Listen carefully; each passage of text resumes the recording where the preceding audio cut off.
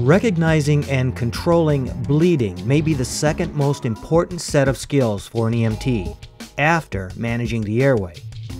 If the body loses too much blood, cells in vital organs begin to die, and the patient likely to go into shock. And shock can be fatal.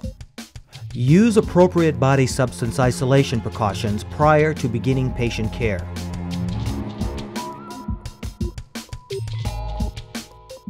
Upon identification of a bleeding wound, immediately apply a dressing and direct pressure. Elevate the extremity while maintaining direct pressure. If the wound continues to bleed, a bulk dressing may be needed. If the bleeding is still not controlled, locate the artery above the wound. Apply pressure to the pressure point. If the initial pressure point fails to control bleeding, a more proximal artery should be tried. If you still cannot stop serious bleeding, consider a tourniquet to keep the injured person alive until you transport the victim to a hospital and a physician has repaired the wound. Many rescuers use a blood pressure cuff as a tourniquet. This is acceptable as long as the cuff pressure can be maintained. A slow leak in cuff pressure can be severely damaging to the patient. Follow your local protocols on the proper use of a tourniquet.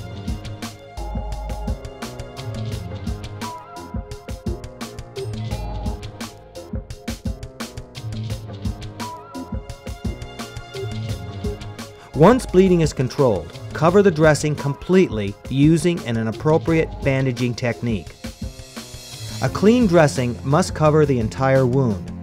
The technique used to apply the dressing must not contaminate the surface of the dressing, which will be placed next to the wound. Apply pressure sufficient to control hemorrhage without compromising circulation. Bandages must completely cover all dressing materials and be secure enough to hold both the dressing and bandage firmly in place.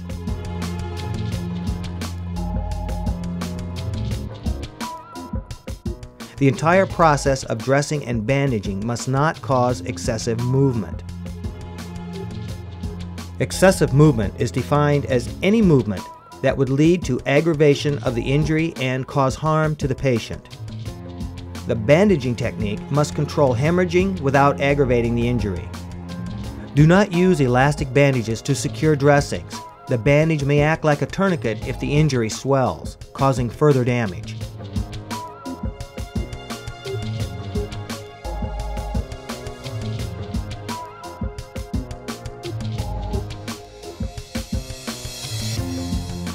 A check of the distal circulation through capillary refill or pulse check may be performed when appropriate and possible.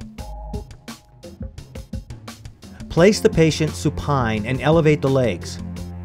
In conscious patients or patients who are breathing on their own, a modified Trendelenburg position is preferred over a standard Trendelenburg position. Place the patient on high flow, high concentration oxygen by non-rebreathing mask.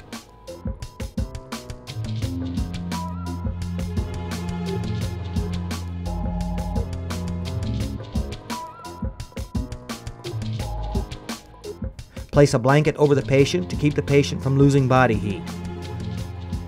Do not assume that outside temperatures are high enough to maintain body temperature. Hypovolemic shock is a serious medical condition. Immediate transportation to a trauma center is essential.